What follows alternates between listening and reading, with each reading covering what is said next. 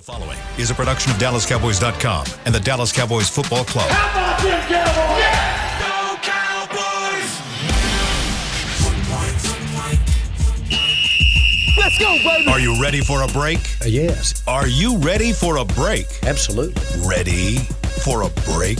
Yeah, and so much for that. It's time for The Break on DallasCowboys.com We were on a break! with Nick Eatman, Brian Broaddus, Ambar Garcia, and Derek Eagleton.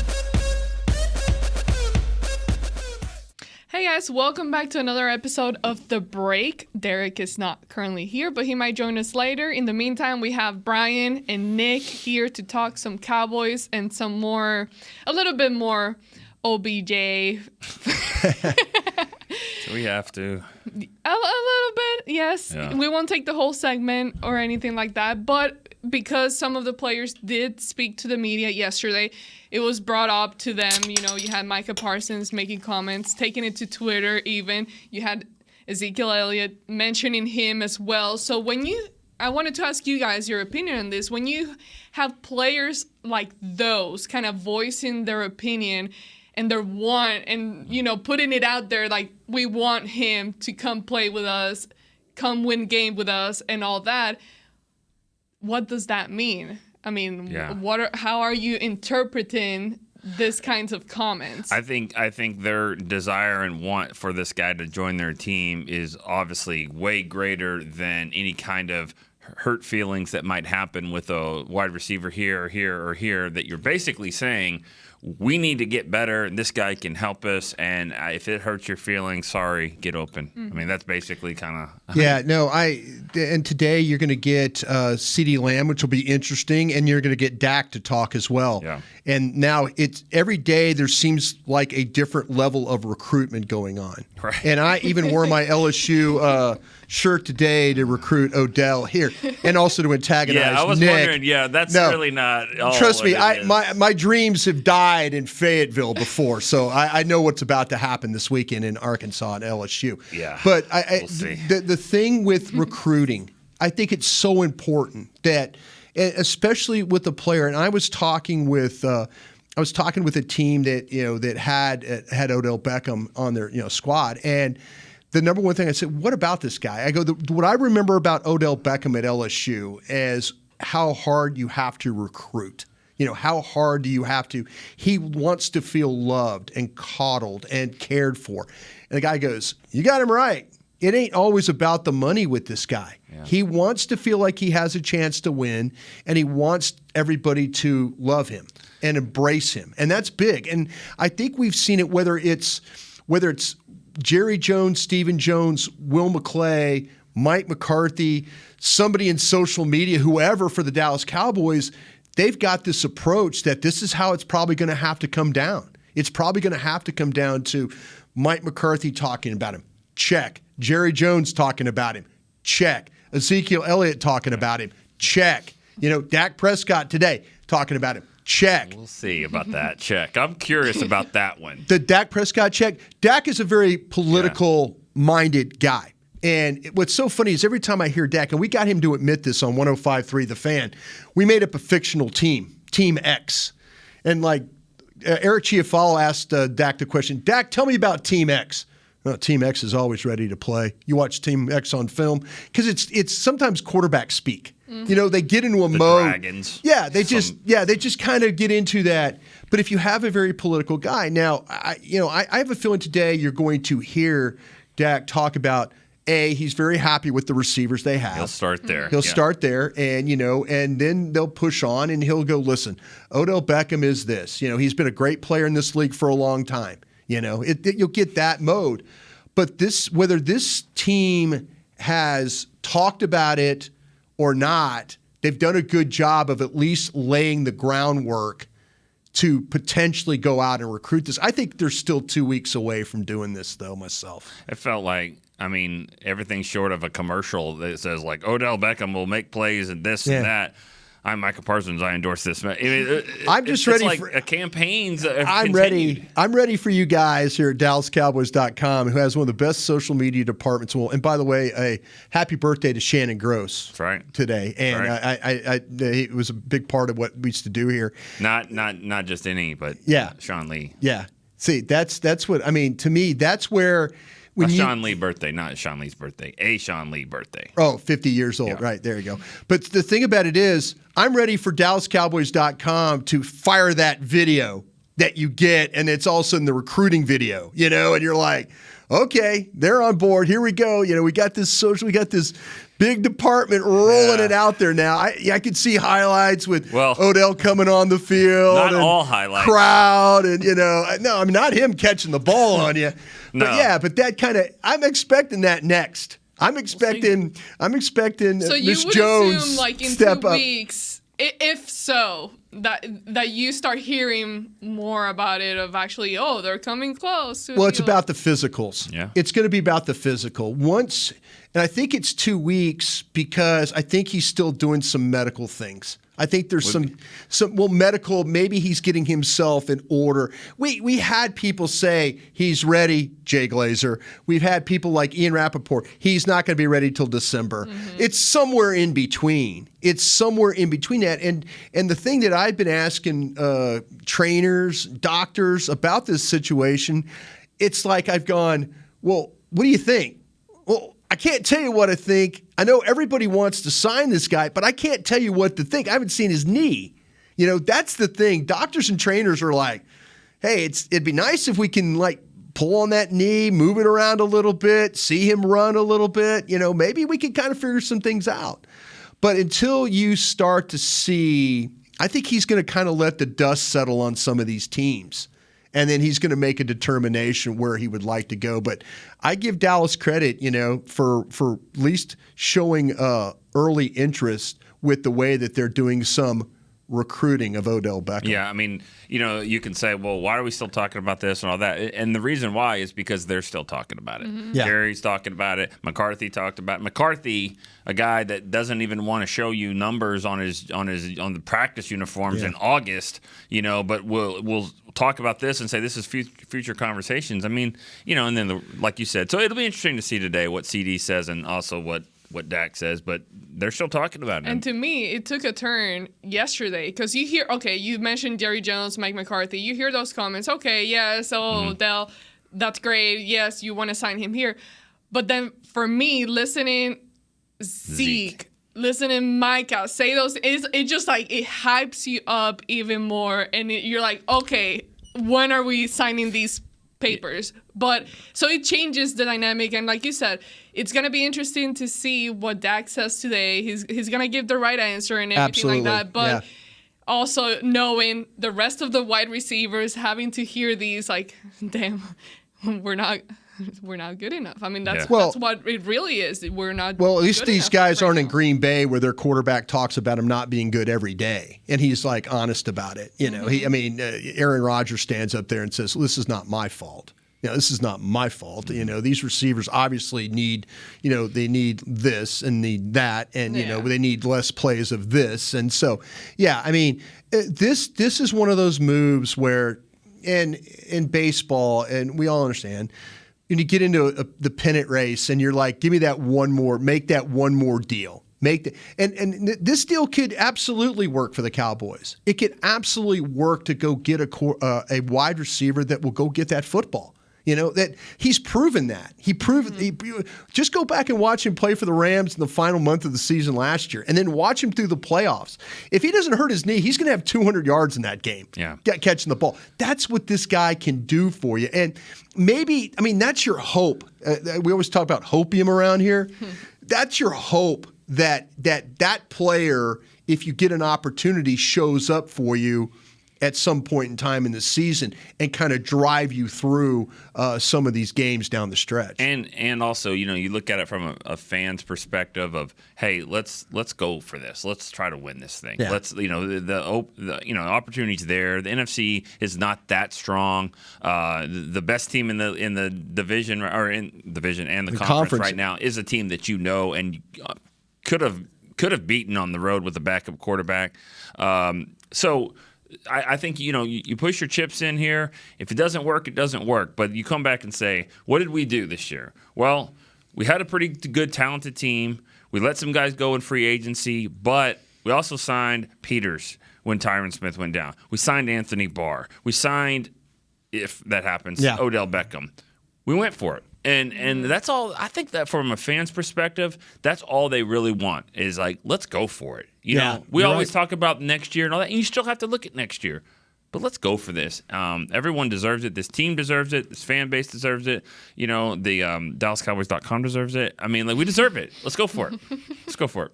We all deserve it. We all deserve it. At least try. Try. And it looks like they are. It looks like they are. So that's good. And at least it's something that even if it doesn't work out, we know they tried. So and I think that's one of the things, like even when we look at free agency, sometimes we as the consumer, the fan, the people that report on the team, we feel that they're not necessarily going for it or paying the price or like trying to obtain as much value talent-wise compared to the monetary stuff. Now, I wanted to switch subjects. Okay. I don't know if you were going to say something else about him. Okay. Wanted to go before we go on break, just kind of go down the the practice report from yesterday. Donovan Wilson, he's limited. You can relate, maybe. Yeah, I'm dealing with that as well. I think for him, though, it sounds like he's doing more. Him and Noah Brown together, we're on that we're limited. We'll do a little bit more. And then, I think that all signs are kind of pointing up for both of those two guys. So, I didn't heard anything on the contrary there. No, I think the big one was what's going to happen with Zeke. What's going to happen, and See, the thing about with the Zeke is, it seemed like that there was Jerry Jones positivity, hopium, and then Mike McCarthy kind of brings it down.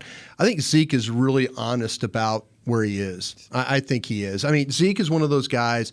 I think after what he went through last year, like, listen, I just kept playing. I kept playing. I'm not going to do that anymore. He has a lot of pride about his toughness and all that. I think today is a really big day for him. He didn't do as much. See what he does today. And if he doesn't do more than what he did yesterday, and it doesn't, there could be a really good chance that he doesn't play this week. And because they realize what's ahead of them the next 2 weeks, Minnesota and then a quick one against the Giants. They're looking at that like, okay, if we can find a way to get through this Packers game, maybe without him, like they did the Bears game, and give him that full 3 weeks of rest, then they'll be better off when they play the Vikings in Minneapolis next weekend and then the Giants at home the following Thursday night, which will be a huge, huge game for how maybe even wild card seeding might be. Sure. So you got to think about those things going forward. And if he doesn't, I was told it has to be perfect today. And if it's not, then we'll see him probably be inactive this weekend. Well, we're going to talk about him in the second segment, about not him specifically, but the Packers running back situation. And if a guy like Tony Pollard can perform the way that he did against the Bears, can he repeat something like that against Packers defense? And real quick, yesterday we already talked about Anthony Barr and his situation. He didn't practice yesterday, so he sounds doubtful today. Listen to Mike McCarthy talk. Yeah, he sounds a little bit doubtful for what's going to happen with him. And like Nick said, he's going to anchor that thing or get anchored. He's going to get himself ready to get ready for that Minnesota game next week. That's probably what he's shooting for right now. Well, and real quick, I keep finding interesting the situation with James Washington and kind of the way he explained things that you're kind of looking at. It sounds like he's ready to return, but they're planning his 21 window. I think this has to do with the scheduling. No, I think this has to do with Odell Beckham. Myself, really, I do. I don't think they. Also. I do. I think like if they get Beckham, they're gonna slow play this thing out the rest of the way, unless something happens with an injury, another injury like a Noah Brown injury or something like that. I have a feeling they're not in a big hurry right now. They're going to see what happens with Beckham. If Beckham ends up going somewhere else or just they don't get him, I think you'll see the James Washington window start. I think James Washington and Odell Beckham are on the same plan. I really, really do. Now, they get one, the other one kind of, like if it's Washington, they slow play that. Yeah. And, they keep them over here available and ready. If, in fact, Beckham goes, then you see the window start. That's what I think is going to happen. I think so, too. It just seemed kind of weird the way McCarthy kind of talked about that in the window and like, You want him to just come out. You want him to come out and say, listen, we're hunting Beckham right now. If he doesn't sign, we got James Washington. If he signs, good, we'll be fine. We'll just keep James. He's getting paid. Everybody's happy. He's ready to go. He's on. It's like the movie Top Gun. He's over on Cat 2, ready to shoot off the deck in case they need some battle action up there. You know what I'm saying? They got my guy on Cat 2. Cat 2, right? I mean, they're waiting on Cat 2. In both movies, the hero was that Cat 2 guy. Yeah, the guy that was hanging out there at the end. Yeah, exactly. And if I spoiled the movie for you, I mean, that's your fault. You should have watched it by now. Sorry. All right, so who's Cat 2? James Washington. James Washington. So they've got. They're thinking they're going to fire. They're going to put Odell into action, and fight. And then they got James Washington on Cat 2, and he might have to come save the day. You never know. Maybe. We won't know until we see it happen, and if he would be the guy to save the day or not. I don't know. But let's go to break. When we come back, we'll get into Cowboys offense versus Green Bay defense. We'll do that. Todd thought it would be secure to jog in the cheetah savanna. Todd believed the big cat repellent he bought online was reliable. And now, Todd is trying to be faster than this cheetah that can run 80 miles per hour. But the good news is, Todd has AT&T 5G that is fast, reliable, and secure. And he learned the best thing to do is stop running and toss her the backpack with the beef stew. AT&T 5G. Fast, reliable, secure. It's not complicated. 5G requires compatible plan and device. 5G may not be available in your area. See att.com/5G for you for details. What do you call a group of grown men and women with their faces painted silver and blue who get together every week to share a 3-hour-long ritual of jumping, singing, and toasting Miller Lite in 10-gallon hats while yelling, "How about them Cowboys?" You call it Miller Time in Dallas. Here's to the Cowboys. Here's to the original light beer. It's Miller Time. Celebrate responsibly. 2021 Miller Brewing Company, Fort Worth, Texas. Want to use what the pros use? How about the official men's skincare brand of the Dallas Cowboys, Jack Black? Right now, you can get the Jack Black Starter, a curated collection of Cowboys locker room favorites for just $10 with free shipping. The starter includes 4 Jack Black skincare favorites, plus a full-sized intense therapy lip balm. Go to getjackblack.com/Cowboys and use the code word TEAMJB. That's getjackblack.com/Cowboys. The Jack Black Starter, $10, free shipping. When you build, you start with the foundation. And home ownership is a foundation of a stable future. The Bank of America Community Homeownership Commitment has helped over 34,000 people lay the groundwork so far, with up to $10,000 towards your down payment or 3% of the purchase price, whichever is less. The satisfaction of owning your own place can become a reality. Visit bankofamerica.com/homeowner to learn more. What would you like the power to do? Bank of America NA, Equal Housing Lender. Credit and collateral is subject to approval. Restrictions apply. This is not a commitment to lend. Back to the break. Limited tickets for the remaining home games of the Dallas Cowboys season 2022 at AT&T Stadium are available now. Visit DallasCowboys.com/tickets or SeatGeek.com, the official ticketing provider of AT&T Stadium. Welcome back to the break, presented by Miller Lite, the only beer of the Dallas Cowboys. And then we are now in Brian's favorite segment, segment 2, presented by Blockchain. There you go. There you go, Brian. Happy smile. Let's talk about what Green Bay has over there on the defensive side of the ball. This is going to be, the things I worry about on the offensive side, we talked about all yesterday. Go back and listen to that. I think running the ball is something. I was talking to some guys in Green Bay about it this morning. They're like, listen, you guys are going to kill us. I'm like, you don't know that. Don't say that kind of a thing. Where they feel like that they're a middle-of-the-road defense right now. They felt like that they've invested in the defense, but to the point where they haven't got the results that they really felt like that they deserve for their investment. They still have a really good.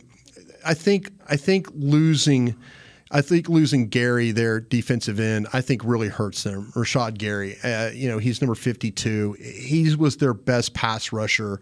He's the guy that's always around the ball. He's really good against the run. He's disruptive. He gets up the field. He's got some tank, Micah Parsons. He's got that, how the Cowboys play defensive end. He's got that kind of ability, like as a good run player and as a good pass rusher. And I think that's something that they're really, really going to miss. Preston Smith, who they got from the Redskins a while back. Excuse me, they said the Redskins, the Commanders a while back. He is a guy that I think does a much better job of playing the run. And the problem is when you run the ball at him, he's really good as far as not letting the ball get outside of him. When you look at how he plays, he's got really good length. He's good at the point of attack. He can extend on blockers. When the ball goes to the outside, there's times where you could see the redirection skills and stuff. So running the ball at his side, I don't think is necessarily the best thing to do here. This defense is going to remind you very similar to how the defense is played when they faced the Rams. Okay, so if you think about how the Cowboys attacked the Rams, it wasn't so much, it was Cooper Rush, it wasn't much throwing the football, it was more of the running game stuff. Mm-hmm. And I feel like that's where some of the Cowboys' game plan is going to come from that Rams game with the way how they did that. And they obviously don't have an Aaron Donald, but Preston Smith is their version of it. He's not as good, but.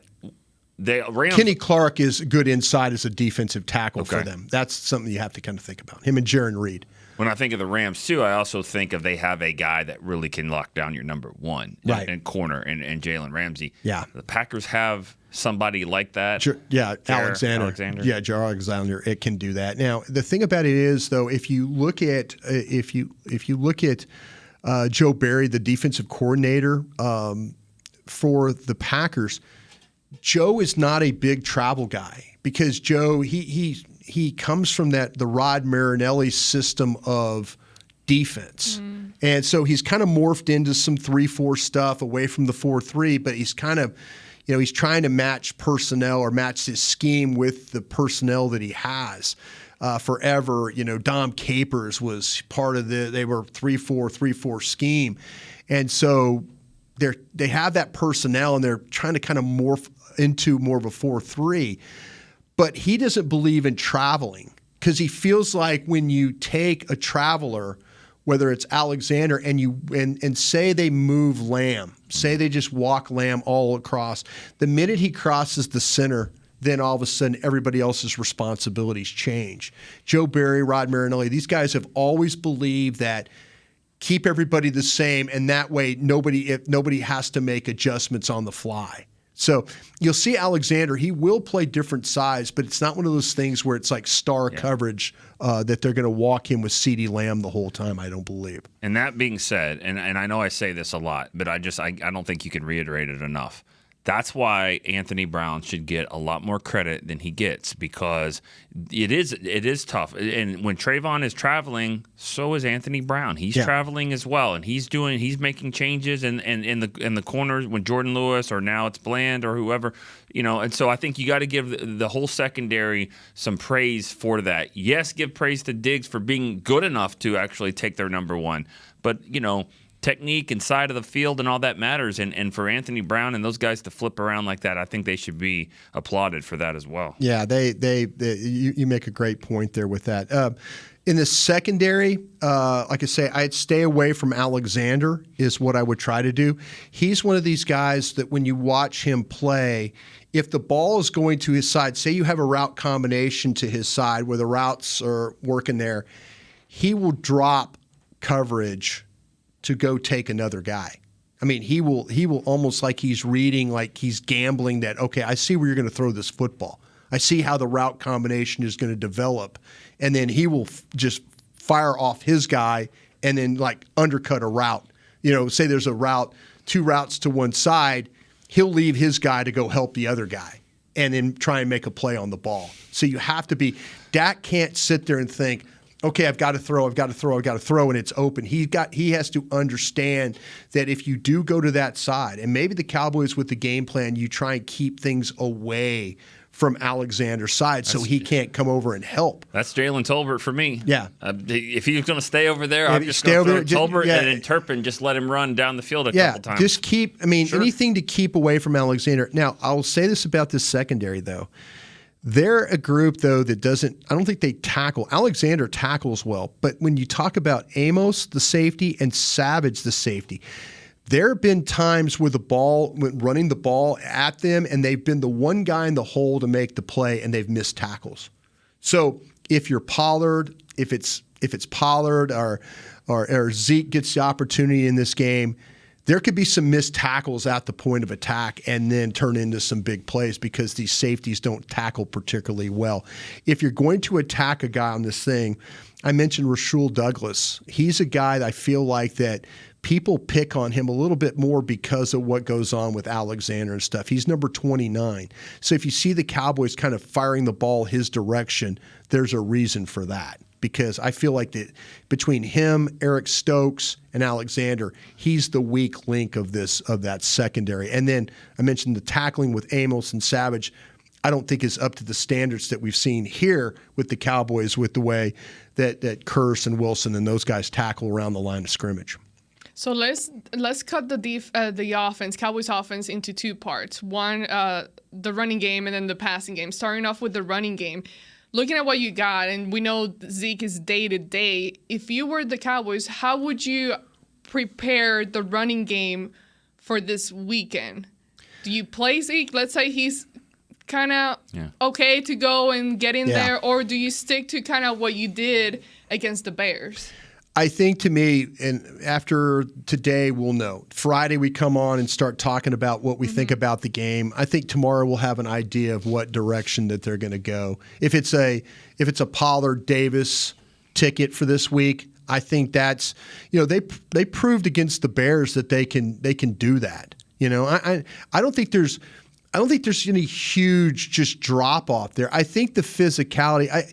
In this game, I think both teams are going to try and establish the run. I think it's really important for the Packers because they don't want to get in a situation. They've had some problems with Rodgers and protections and things like that, even though their offensive line's back. So them running the ball protects them.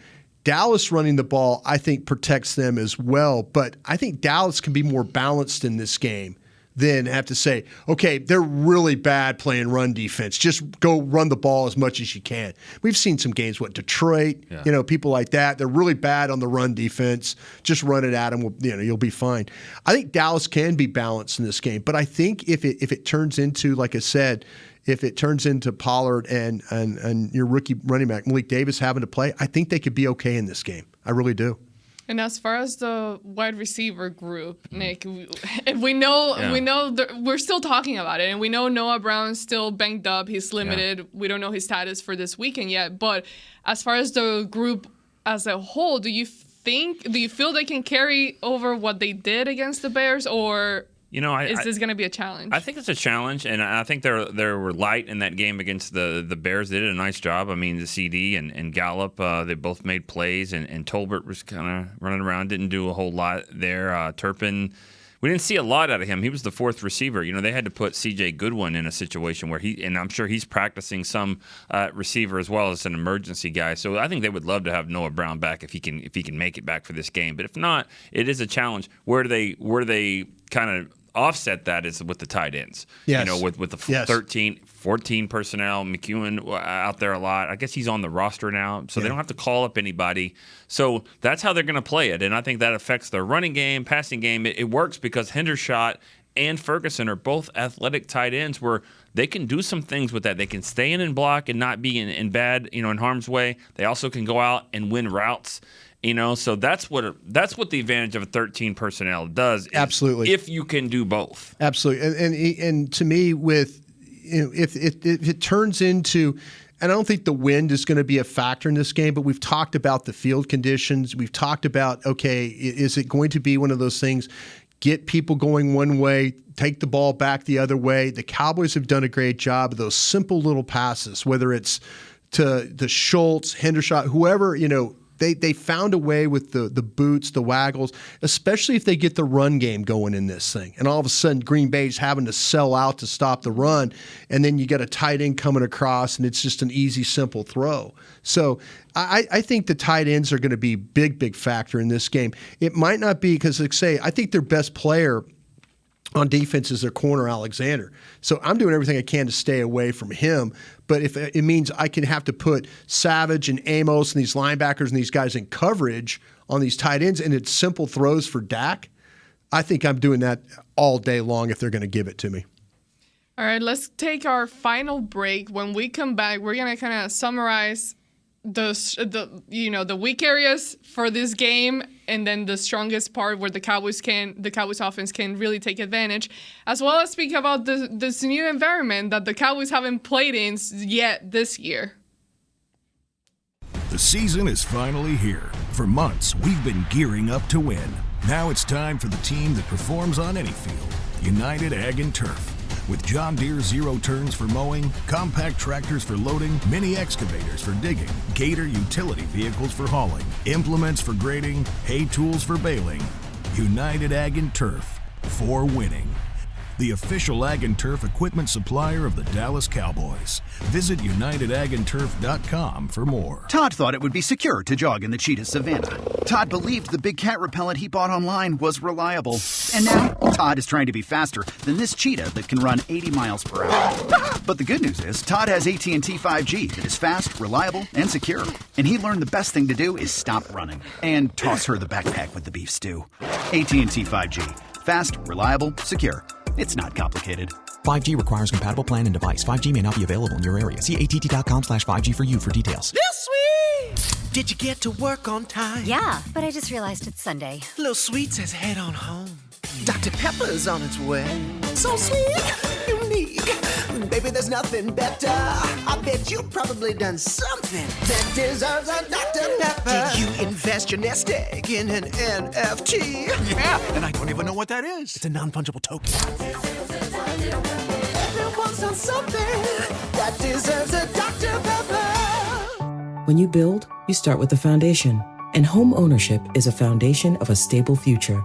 The Bank of America Community Homeownership Commitment has helped over 34,000 people lay the groundwork so far, with up to $10,000 towards your down payment or 3% of the purchase price, whichever is less. The satisfaction of owning your own place can become a reality. Visit bankofamerica.com/homeowner to learn more. What would you like the power to do? Bank of America N.A. Equal Housing Lender. Credit and collateral is subject to approval. Restrictions apply. This is not a commitment to lend.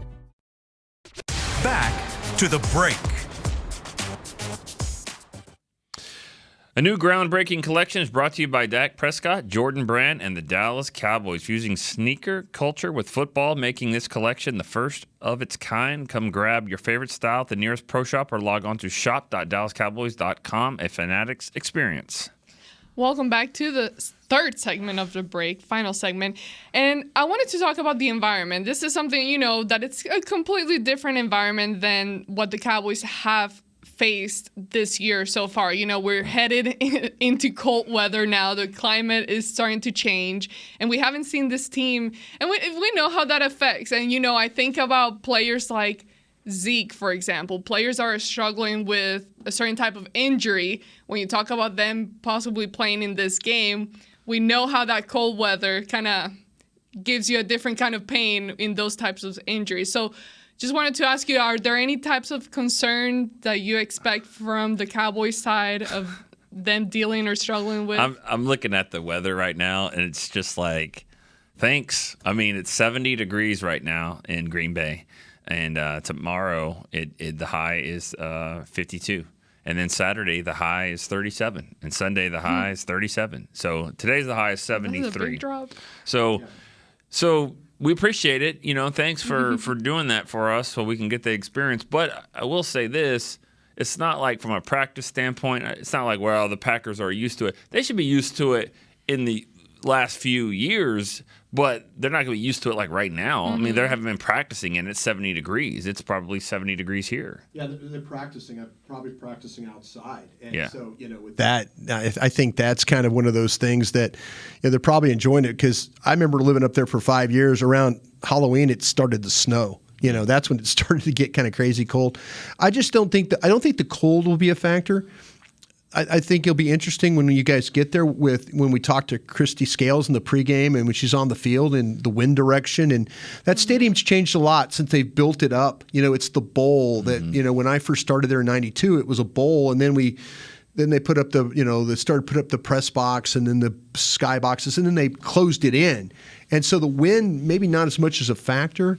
I think the only thing about it is too that, I could say, the field conditions, because that when you get, obviously it's 70 degrees right now, you're getting like warm air up there, and then the warm air turns cold, and then all of a sudden it gets on the field.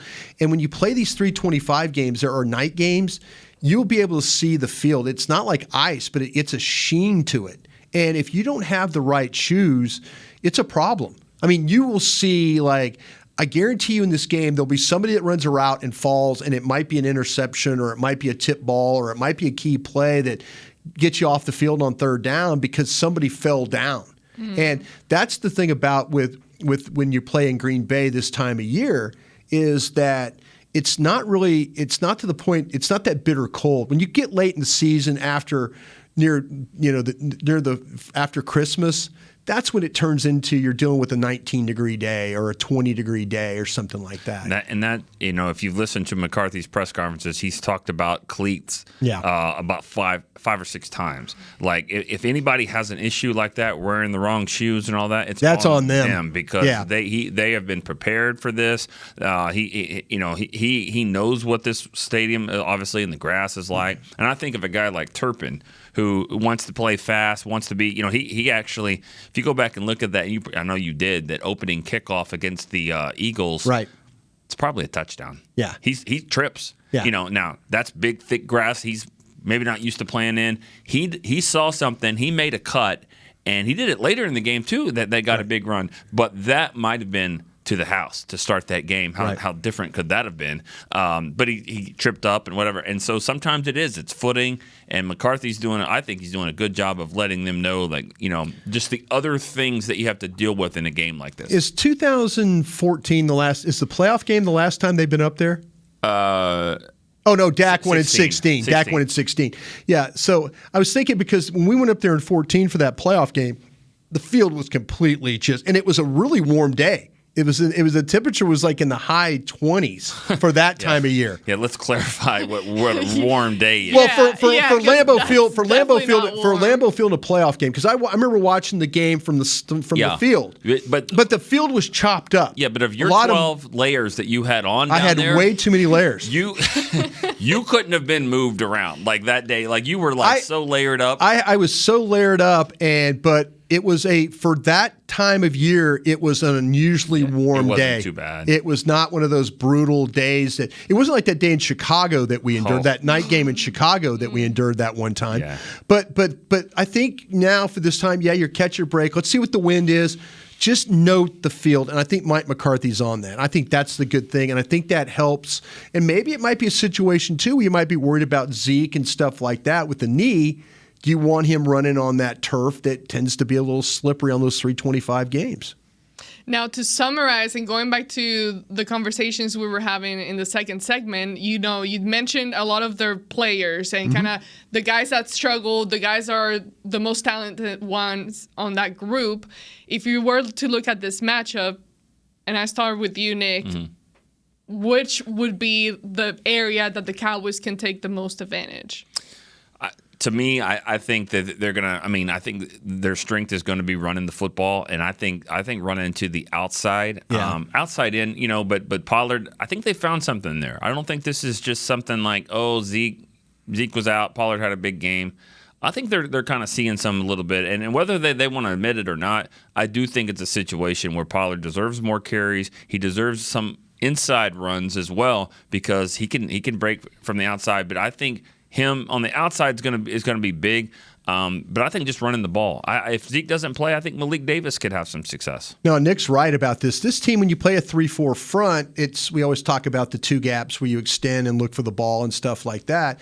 This defensive line tends to catch blocks. When I mean catch, it's like instead of firing in and controlling and getting off blocks, they tend to get to you and then they're catching you, into their body. And then they're trying to kind of find things. And I think that's where it gives the Cowboys advantage, especially what we've seen off the right side with Martin and Steele together. And then even with Biotish at the center, they've done a good job of when that ball comes off that right side, whether it's the scoops or the reaches or whatever they have to do, or they put one of those tight ends over there and block, they've gotten some push. And Pollard and those guys have done a good job of when they see a cut to go ahead and make that cut.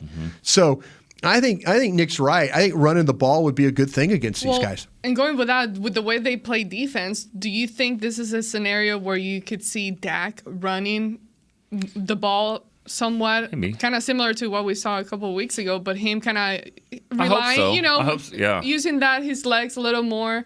Do you feel that? Man, I'll tell you what, I watched last week. I know you guys everybody was doing their own things and stuff I sat down for the first time and got to watch. Well, we've seen what Fields did with the Bears, and then you watch him the next week against the Dolphins, and what a fact. Now, they didn't win the game, but these running quarterbacks, you sit down, you watch the Red Zone channel, these running quarterbacks, and you even have to worry about that a little bit with Aaron Rodgers. Like all of a sudden you're playing man coverage and you get out of your lane and he takes off running and he runs, he looks, he runs, he looks, he runs, and then he slides down, and it's a first down. And these running quarterbacks that have been able to take advantage, of when you play man coverage and you get out of lane and they take off running. I mean, Geno Smith in Seattle, watching that game, drops back, pressure's all over him, he runs, and now it's like an 18-yard gain, and you're just, you're like, damn, how did that happen? Well, it happened because you're playing man coverage and you get out of your lanes. So, yeah, if that can – it's going to be one of those games where they're going to need plays, those 2016, the Lucky Whitehead jet sweep, that they're going to need breaks. David Irvin punching the ball out or Rodgers just dropping the snap out near the goal line. They're going to need that kind of play. I know that the Packers' record's bad, but I feel like that Aaron Rodgers wants to beat – they could beat Dallas this week and turn around and lose to Tennessee the next week. That's how this Packer team could be. I just feel like that Aaron Rodgers is going to make this a personal game. Yeah, I think he's going to make it personal that he does not want to lose to Mike McCarthy. And that's what scares me to death right now. And he's got that ability. He's going to control the game as the quarterback. I know I was running around there with that whole thing, but the Cowboys have 10 assistants and a head coach and 9 other assistants that want to make it personal as well, but they don't control the game like Rodgers has. So he's looked bad. Yeah, he's looked bad at times. He really has. Where I think the Cowboys, though, this is where I think the Cowboys are going to have another big advantage is that their corners can cover their guys. I think you can just cover them. They don't have to do a whole lot of extra things. And then that's what allows them to go and run and Parsons to rush and those guys to do what they do. Because I think whoever – is it Lazard, whatever, I think Diggs can cover him. And I think Brown can cover the other side. Yeah. And I don't think they have to compromise what they do in the secondary to get after Rodgers and do that and force him into bad decisions. So that's where I think that they're better – than they've ever been against Rodgers and them is the secondary versus the receivers. So we'll see.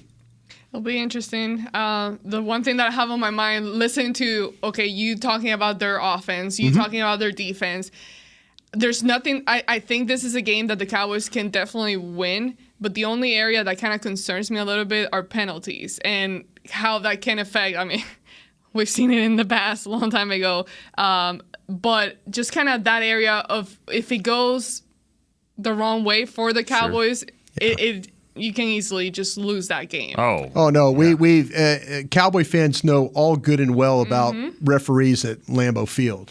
That there's documentaries about that. So I don't know who the officials got this game. I'll have it tomorrow and we'll get an idea. But I think letting them play affect would help the Cowboys more than somebody that's going to call this thing tight. No doubt. Yeah. Because that's one way, they're crafty. Rodgers is going to be crafty. They can 12 men on the field. They can PI you down the field, Yeah. and that could happen. Hard counts, all that stuff. Yeah. Well, and with that, we have ended the show for today. We'll be back tomorrow for another show. We'll kind of summarize everything and Predictions. Game day prediction, see what's going to happen this weekend over there at Lambeau Field. For Nikki Mint, Brian brought us. I got distracted by the tour for a second. Sorry. I'm And Amber Garcia. Yeah. This has been The Break on DallasCowboys.com radio. This has been a production of DallasCowboys.com and the Dallas Cowboys Football Club. How about this, Cowboys?